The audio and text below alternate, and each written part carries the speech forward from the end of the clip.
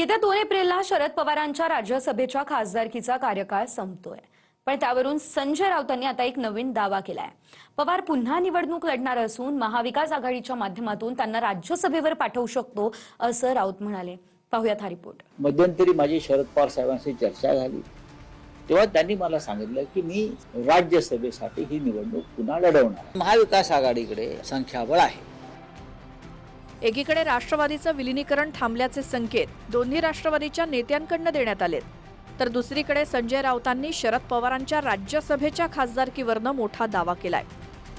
शरद पवारांसह राज्यसभेच्या महाराष्ट्रातल्या 7 खासदारांची येत्या 2 एप्रिलला टर्म संपतेय, पण पवारांनी पुन्हा राज्यसभेची निवडणूक लढणार असल्याचं आपल्याला सांगितलं असं संजय राऊत म्हणाले।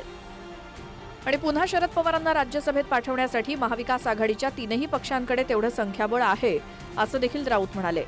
म्हणजेच दोन्ही राष्ट्रवादीचं विलीनीकरण होणार नाही आणि महाविकास आघाडीच्या माध्यमातून पवार राज्यसभेवर जाणार असे संकेत राऊत देत आहेत। मध्यंतरी माझी शरद पवार साहेबांशी चर्चा झाली तेव्हा त्यांनी मला सांगितलं की मी राज्यसभेसाठी ही निवडणूक पुन्हा लढवणार आहे, हे त्यांनी मला सांगितलं। आता या 3 पक्षामध्ये चर्चा होईल, त्याच्यामुळे जर शरद पवार साहेबांनी ही भूमिका व्यक्त केली आहे आणि ही भूमिका त्यांनी काँग्रेसलाही सांगितलेली आहे, त्याच्यामुळे आता महाविकास आघाडीमध्ये या विषयावर चर्चा होईल। महाविकास आघाडीकडे आता या क्षणी एक उमेदवार पाठवण्याइतकी संख्याबळ आहे। या बाबतीमध्ये आता आमची कशा प्रकारची त्याची चर्चा झालेली नाही। भविष्य काळामध्ये ज्यावेळेला अशा प्रकारच्या वेळ येईल त्यावेळेला आम्ही सविस्तरपणे महाविकास आघाडी वाटण्यात चर्चा करू। शेवटी आदरणीय साहेब किंवा राष्ट्रवादी काँग्रेस पार्टी, शरदचंद्र पवार गट हा महाविकास आघाडी आणि इंडिया अलायन्समध्ये केंद्र पातळीवर आहे। काय त्यांनी निर्णय घ्यायचा हा त्या पक्षांचा अधिकार आहे, त्यामुळे त्याच्यावर अधिक काय राष्ट्रवादी काँग्रेस पार्टी बोलणार। शरद पवारांना पुन्हा राज्यसभेवर जायचं असेल तर तेवढ्या आमदारांचं संख्याबळ त्यांच्या राष्ट्रवादीकडे नाही। महाराष्ट्रातून राज्यसभेच्या 7 जागांसाठी पुन्हा निवडणूक लागेल। एका खासदारासाठी 36 विधानसभेच्या आमदारांची गरज आहे आणि पवारांच्या राष्ट्रवादीचे 10 आमदार आहेत।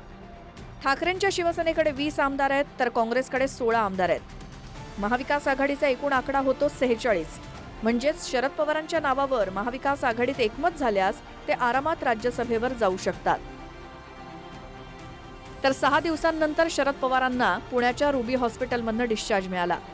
हॉस्पिटलच्या बाहेर येताच व्हीलचेअरवरनं शरद पवारांनी उपस्थित कार्यकर्त्यांना हात दाखवत आपण ठीक असल्याचं सांगितलं। खोकला आणि कफचा त्रास जाणवू लागल्यामुळे शरद पवारांना उपचारासाठी दाखल केलं गेलं होतं।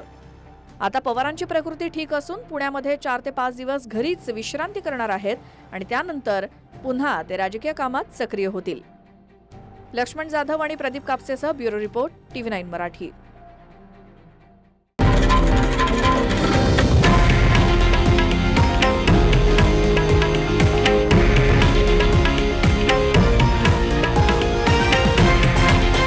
हे आहे देशातील नंबर 1 न्यूज नेटवर्क आणि आपण पाहत आहात TV9 मराठी, एकमेव।